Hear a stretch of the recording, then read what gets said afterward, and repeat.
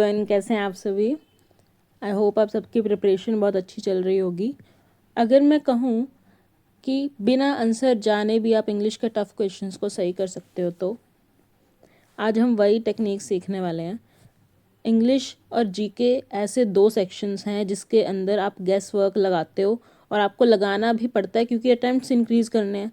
Attempts increase किए बिना marks तो बढ़ने वाले हैं नहीं, तो हम अंधाधुन इंग्लिश और जीके के अंदर अटैम्प्ट्स इंक्रीज़ करने के पीछे भागते हैं, गेस वर्क लगाते हैं। लेकिन उस गेस वर्क को एजुकेटेड गेस वर्क बनाने के लिए आज मैं आ गई हूँ और आज हम 7 ऐसी टेक्निक सीखने वाले हैं इंग्लिश के अंदर, जो आप अगर अप्लाई करोगे तो उससे आपके स्कोर के अंदर इम्प्रूवमेंट आपको खुद दिखेगी। और वो टेक्निक्स काम करती है। मैंने खुद वो टेक्निक्स यूज़ करी हैं एग्ज़ाम के अंदर, अपने हर मॉक के अंदर, और वो इम्प्रूवमेंट देखा है अपने अंदर। तो वो सारा एक्सपीरियंस से ही मैं ये वीडियो बना रही हूँ और आपके साथ ये सभी टेक्निक्स शेयर कर रही हूँ। तो वीडियो को लास्ट तक देखना, ये टेक्निक्स आपको बहुत ज़्यादा एक एक्स्ट्रा एज दिलवाएगी एग्ज़ाम के अंदर। सो बी रेडी, और चलिए स्टार्ट करते हैं वीडियो को और देखते हैं first technique. So let's start with the first one, positive versus negative word strategy. इसमें आपको क्या देखना होता है, कुछ ऑप्शंस ऐसे दिए होते हैं जिनका जो सेंस है वो पॉजिटिव निकल रहा होता है, और कुछ ऑप्शंस ऐसे होंगे जिसके अंदर नेगेटिव सेंस निकल रहा होगा। आप इनको आइडेंटिफाई करोगे और उसके बाद आप लगाओगे ऑड वन आउट। ठीक है, एग्जाम्पल के थ्रू समझते हैं। फर्स्ट दिया हुआ है यहाँ पे पैरानोया। पैरानोया का मतलब क्या होता है?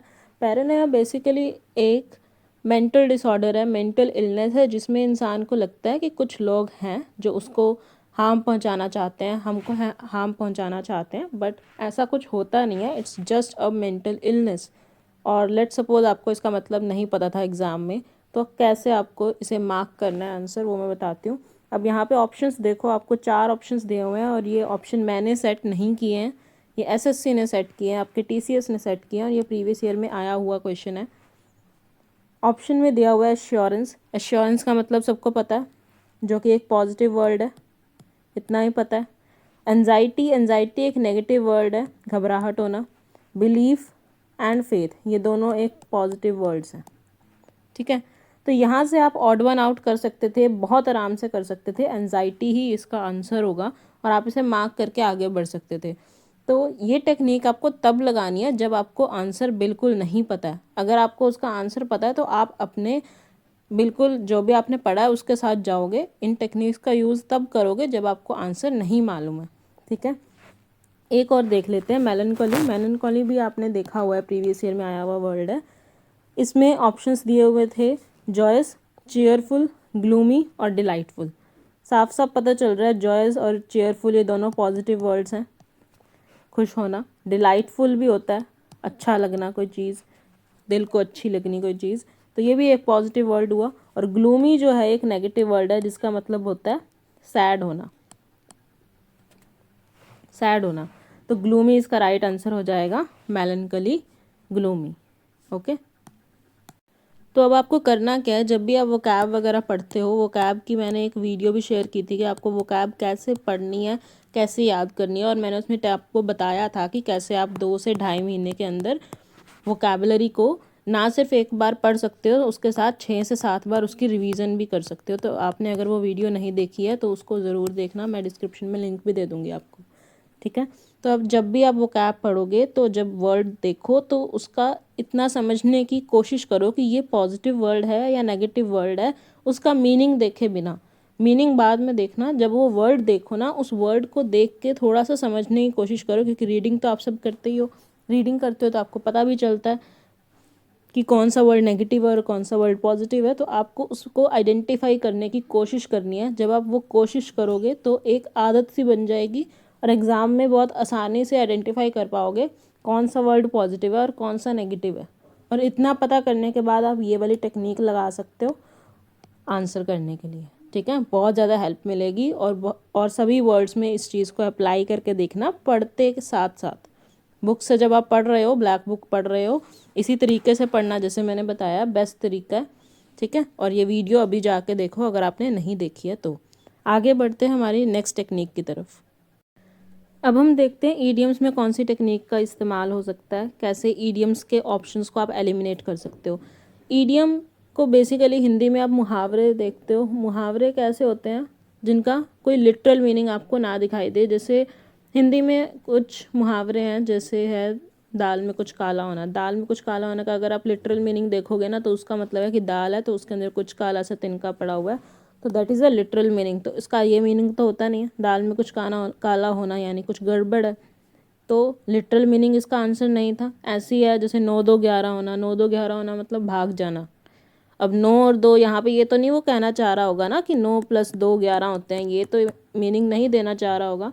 सेम इंग्लिश में भी होता है, ईडियम्स में भी होता है। ईडियम्स का कभी लिटरल मीनिंग नहीं होता, डायरेक्ट मीनिंग नहीं होता। आपको बस उसकी सेंस पकड़नी है कि उसकी सेंस क्या निकल रही है, और एक एक करके ऑप्शन को एलिमिनेट करते चलना है अगर आपको उसका मीनिंग नहीं पता तो। अगर पता है तो डायरेक्ट मार्क करो, नहीं पता तो इस टेक्निक का यूज़ करो। कैसे करना है यहाँ पे एक एग्जांपल देख लेते हैं। A perfect storm. Perfect storm, storm यानी कहीं ना कहीं तूफान की बात हो रही है। तूफान से आप कोई नेगेटिव सेंस पकड़ लोगे, अपने दिमाग में बिठा लोगे कि हाँ कोई ना कोई कहीं ना कहीं कोई ना कोई नेगेटिव बात के बारे में बताना चाह रहा होगा वो। तो अब हम ऑप्शन को एलिमिनेट करना स्टार्ट करेंगे। फर्स्ट ऑप्शन दिया हुआ है pretty good judgement. Pretty good judgement तो बिल्कुल ही पॉजिटिव हो गया ना, बिल्कुल ही पॉजिटिव हो गया, लेकिन हमको कहीं ना कहीं नेगेटिव सेंस वाला चाहिए था, तो इसको आप वहीं पे एलिमिनेट कर दोगे। आगे चलेंगे हीलिंग फ्रॉम ट्रॉमा। ट्रॉमा कहीं ना कहीं हमको नेगेटिव दिख रहा है, लेकिन वो आगे लिखा हुआ हीलिंग। हीलिंग यानी ठीक होना, किसी ट्रॉमा से आप ठीक हो रहे हो, तो ये भी एक पॉजिटिव साइड चला गया। इसको भी आप यहीं के यहीं कैंसिल कर दोगे। अगला है द वर्स्ट पॉसिबल सिचुएशन। कोई बहुत ख़राब परिस्थिति, तो हाँ ये वाला लग सकता है क्योंकि नेगेटिव है। A perfect storm, a worst possible situation, कहीं ना कहीं दिमाग में ऐसा दिख रहा है ना कि हाँ कुछ ना कुछ रिलेट हो रहा है। इसके लिटरल मीनिंग के अलावा इसका ये वाला मतलब भी निकल सकता है, तो आप इसको कंसीडर करेंगे। नेक्स्ट है अप्रोप्रिएट फॉर ऑल ओकेजन। ये अगेन एक पॉजिटिव से सेंस दे रहा है, इसमें कोई नेगेटिव बात हो नहीं रही है। परफेक्ट स्टॉर्म, तो इसको भी आप वहीं के वहीं एलिमिनेट कर दोगे। तो दिमाग से खेलोगे, ठीक है, उसके लिटरल मीनिंग पे नहीं जाओगे। जो उसकी सेंस निकल रही है, जो उसका राइट मीनिंग हो सकता है, उसको देखोगे। तो हमारा आंसर हो जाएगा द वर्स्ट पॉसिबल सिचुएशन। समझ आ गई। एक और ले लेते हैं एग्जाम्पल। यहाँ दिया हुआ है you snooze you lose. Snooze का मतलब क्या होता है कि जैसे अलार्म होता है तो अलार्म को स्नूज़ कर देते हो ना आप, कि वो बाद में बजता रहेगा। यू स्नूज़ यू लूज़ यानी कि अगर आप छोड़ दोगे तो आप कुछ ना कुछ खो दोगे। अब वो अलार्म की बात तो कर नहीं रहा होगा, स्नूज़ लिख रहा है तो, ठीक है, तो उसके लिटरल मीनिंग को हम पकड़ेंगे नहीं बिल्कुल भी। तो इन्होंने लिखा है if you oversleep you are likely to lose a job. Oversleep आ गया, स्लीप आ गया, स्नूज आ गया, ये डायरेक्ट मीनिंग दिखा रहा, तो वहीं के वहीं ख़त्म। लेजीनेस इज़ नॉट गुड, हाँ ये वाला हो सकता है शायद, तो हम इसको कंसीडर कर लेंगे। You may lose your money if snoozing is not stopped. फिर डायरेक्ट वो बताना चाह रहा है स्नूजिंग इज़ नॉट स्टॉप्ड, तो इसको भी ख़त्म करें। आगे है if you are not alert you are likely to miss an opportunity. हाँ इसका मीनिंग क्या निकल रहा है कि अगर आप अलर्ट नहीं रहोगे, अगर आपने स्नूज़ कर दिया यानी अगर आपने जाने दिया, उसको बंद कर दिया, तो आप हो सकता है कि कोई ना कोई मिस कर दो, अपॉर्चुनिटी मिस कर दो। You lose, if you lose any opportunity, तो यही इसका क्या हो जाएगा, आंसर हो जाएगा। तो इस तरीके से आपको क्या करना है, एलिमिनेट करना है। एलिमिनेट करते करते करते करते आपको अपना एक ऑप्शन, बेस्ट ऑप्शन मिल जाएगा, ठीक है। इसी तरीके से बाकी सब भी ईडियम्स के अंदर आप लगा सकते हो। और भी ईडियम्स के अंदर इस टेक्निक को लगा के देखो, पढ़ते टाइम भी लगा के देखो। और लास्ट में मैं एक टिप और दूंगी आपको, तो वो देखे बिना बिल्कुल भी मत जाना, बहुत ज़्यादा ज़रूरी है वो। चलिए आगे बढ़ते हैं हमारी नेक्स्ट टेक्निक के ऊपर। Next is synonym and antonym pair. Synonym और एंटोनिम पेयर से मेरा मतलब ये है कि 95% केसेस में ये देखा गया है कि अगर 4 ऑप्शन में किसी एक ही वर्ड का सिनोनिम भी दिया हुआ है और एंटोनिम भी दिया हुआ है, तो आंसर कहीं ना कहीं उन 2 ऑप्शंस में से ही होता है। 95% केसेस में ऐसा ही है। मैं एक बार दोबारा से बोल रही हूँ, अगर आपको आंसर पता है तो आप ये टेक्निक नहीं यूज़ करोगे, अगर आपको आंसर नहीं पता है तो ही आप ये टेक्निक यूज़ करने वाले हो। आपकी नॉलेज को हमेशा प्रायोरिटी दिया करो, ओके, टेक्निक को सेकंड नंबर पे रखा करो। तो देखते हैं कैसे कैसे करना है। जैसे यहाँ पे दिया हुआ है a lizard's light brown skin act as camouflage in the desert garden. Camouflage का हमको यहाँ पे एंटोनिम बताना है, ठीक है।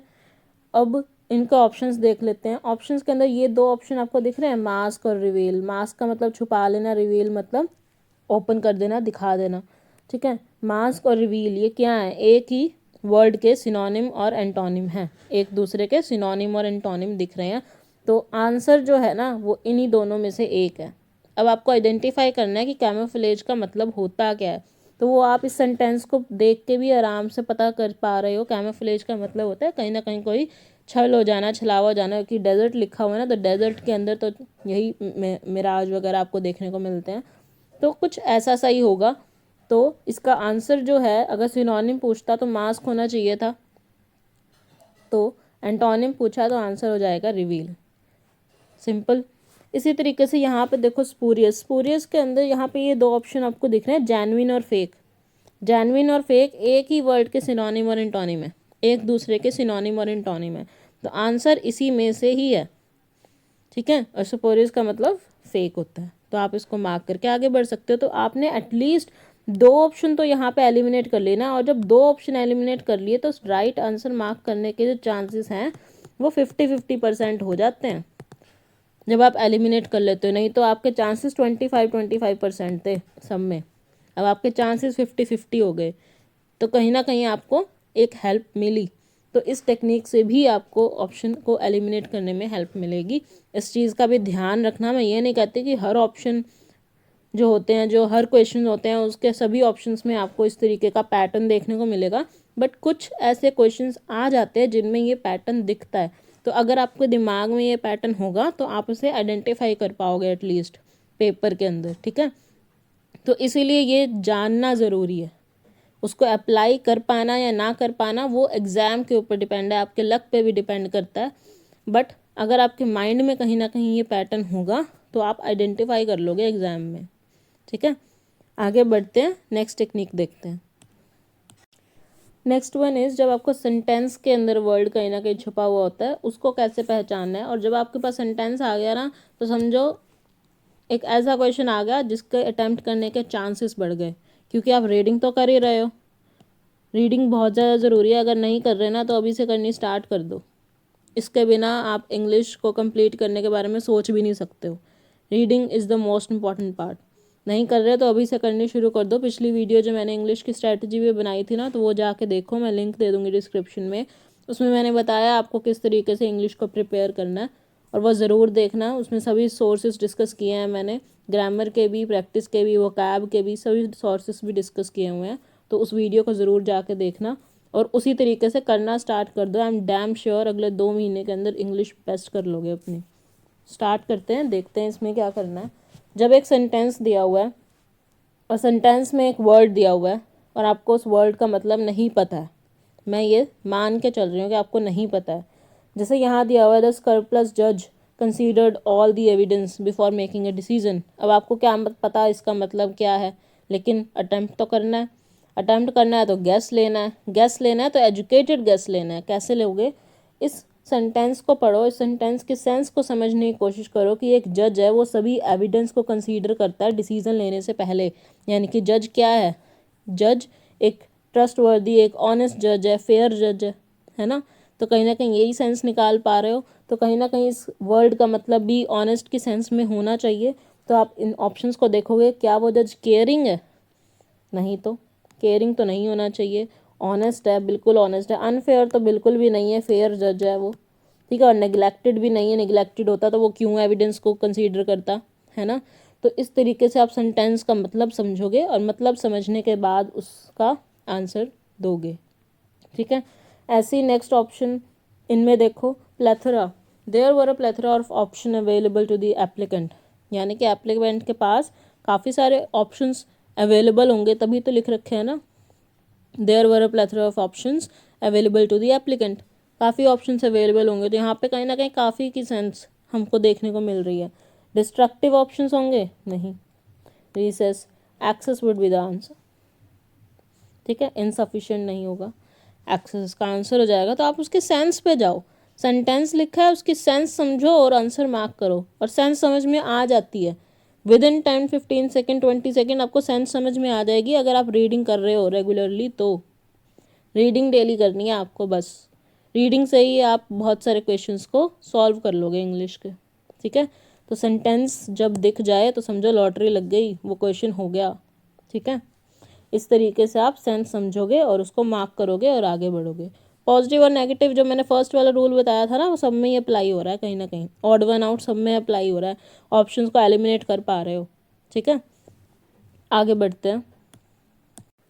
ये वाली जो टेक्निक है ये आप में से बहुत सारे बच्चों को पता भी होगी, मैक्सिमम बच्चों को पता होगी। ऑड वन आउट यानी कि आपको जो भी सिमिलर ऑप्शंस दिख रहे हैं ना उनको हटा दो, और जो एक बच जाए ऑड वन आउट जैसे आप करते हो, that will be your answer. Insidious, let's suppose आपको इसका मतलब नहीं पता था तो आप क्या करते, प्रोटेक्टेड, सिक्योर, सेफ और हार्मफुल। प्रोटेक्टेड, सिक्योर, सेफ, इन तीनों का सिमिलर मीनिंग है, तीनों का सेम मीनिंग है, तो आप हार्मफुल के साथ जाओगे आंसर। ऐसे ही है रिसेंटमेंट। रिसेंटमेंट में कामनेस, हैप्पीनेस, एंगर और रिलैक्सेशन। यहाँ आप किसके साथ जाओगे, एंगर। कामनेस, हैप्पीनेस, रिलैक्सेशन, इन सब का मतलब सिमिलर है, तो आप सिमिलर ऑप्शंस को वहाँ पे एलिमिनेट कर दोगे और जो बचेगा that will be your answer. Simple, बिल्कुल सिंपल होता है ये। ठीक है, इसको यूज़ कर सकते हो अपने क्वेश्चन के अंदर और काफ़ी हेल्पफुल भी है। और बहुत सारे क्वेश्चन में ये वाली चीज़ देखने को मिलती है, हर मॉक में आपको देखने को मिलेगी। टीसीएस का तो सेम पैटर्न ही रिपीट हो रहा है, इन्हीं पैटर्न्स पे ही क्वेश्चंस आई जा रहे हैं। ठीक है, तो अगर कोई ऐसा डिफ़िकल्ट वर्ड भी आ जाता है ना एग्ज़ाम में तो प्रेफर करना इस चीज़ को। ठीक है, अब आगे देख लेते हैं। आगे मैं 2 मेजर टिप्स आपको दूंगी, ठीक है, उनको आपको फॉलो करना है। तो चलिए देखते हैं क्या हैं वो 2 टिप्स। देखो, आपको करना क्या है, प्रीवियस ईयर वोकैबुलरी पढ़ रहे हो और टीसीएस मैक्सिमम टाइम यानी 99% वर्ड जो है ना वो प्रीवियस ईयर वोकैब से ही उठा के देता है। वो वर्ड कहीं ना कहीं प्रीवियस ईयर में आया हुआ होता है और वही आपके एग्ज़ाम में रिपीट होता है। 99% ऐसा ही होता है। तो जब भी आप ऑप्शन को एलिमिनेट करोगे ना तो ध्यान रखना कि जैसे 4 ऑप्शन दिए हुए हैं, इन 4 ऑप्शंस के अंदर ये वाला जो वर्ड, एक वर्ड दिया हुआ है ना, ये आपके वोकैब में आपने कभी देख नहीं रखा। पढ़ के तो जाओगे ना, सारा का सारा पढ़ के जाओगे सारे प्रीवियस ईयर वर्ड्स, तो आपको कहीं ना कहीं पता तो चल जाएगा कि ये वर्ड जो है ये हमारे प्रीवियस ईयर वोकैब में नहीं था, है ना कोई नया वर्ड है ये वाला। ठीक है, और एक वर्ड ऐसा दिया हुआ है जो आपके प्रीवियस ईयर वोकैब में था लेकिन आपको अब भी उसका मतलब नहीं याद, उसका मीनिंग नहीं याद आपको। लेट्स सपोज आपको उसका मीनिंग नहीं याद, आप गैस ले रहे हो, तो गैस कैसे लोगे, उसका मतलब आपको नहीं पता है। एक नया वर्ड आ गया, ये एक न्यू वर्ड है जिसका मतलब आपको नहीं पता है, ये प्रीवियस ईयर वर्ड है जिसका मतलब आपको नहीं पता है। और इन 2 ऑप्शंस को आप अगर एलिमिनेट कर चुके हो तो भी ठीक है, नहीं कर चुके तो भी इसके अंदर भी सेम चीज़ आप अप्लाई करोगे कि अगर कोई न्यू वर्ड आपको दिख रहा है, वैसे तो दिखता नहीं है, मैक्सिमम जो मैंने क्वेश्चंस देखे हैं ना उसके अंदर 2 ऐसे वर्ड आप एलिमिनेट कर लेते हो और 2 वर्ड्स ऐसे बच जाते हैं जिसमें आपको गैस वर्क लेना पड़ता है। तो गैस वर्क लेते टाइम जब ये 2 वर्ड देखोगे ना, आप 2 वर्ड देखोगे तो आप हमेशा इस प्रीवियस ईयर वाले वर्ड के साथ जाना, तो आपका वो वर्ड ठीक होगा, वो आंसर ठीक होगा, क्योंकि आंसर कहीं ना कहीं इसी प्रीवियस ईयर वर्ड से ही आएगा। क्वेश्चन हमेशा टीसीएस प्रीवियस ईयर वर्ड के ऊपर ही सेट कर देती है। तो अगर आपके साथ ऐसी कंडीशन बन जाए मॉक टेस्ट में या एग्ज़ाम में कि आपको 2 वर्ड में से एक को चूज़ करना है, एक कोई नया सा वर्ड है जो वो कैब में आपने कभी पहले नहीं देखा है, प्रीवियस ईयर वो कैब में नहीं देखा है, और एक कोई ऐसा वर्ड है जो आपने देख रखा है, तो आप उसी के साथ जाना, प्रीवियस ईयर वाले के साथ जाना। हमेशा प्रीवियस ईयर वर्ड को ही प्रायोरिटाइज़ करना और आंसर उसी के अंदर से मिलेगा। ठीक है, और ये मैंने काफ़ी बार देखा है, क्वेश्चन अटैम्प्ट करते टाइम सेक्शनल दिए हैं मैंने बहुत सारे, तो उन सब में ऐसा ही हो रहा है। ठीक है, आप खुद भी देख लेना, ऐसा आपको दिखेगा। ठीक है, और जो नेक्स्ट बात मैं आपको बताना चाहती हूँ, अगर आपने सेक्शनल टेस्ट देने स्टार्ट कर दिए हैं तो बहुत अच्छी बात है, नहीं किए हैं तो कर दो। ठीक है, डेली के 1 से 2 सेक्शनल टेस्ट दो। और मैंने इस बारे में अपनी पिछली वीडियो में भी बताया था, जो इंग्लिश की स्ट्रैटेजी वीडियो डिस्कस की थी, उसमें भी बोला था कि सेक्शनल टेस्ट आपको कब लगाने स्टार्ट करने हैं, कब नहीं करने हैं, सब कुछ बता रखा है, तो वो ज़रूर देख लेना वीडियो।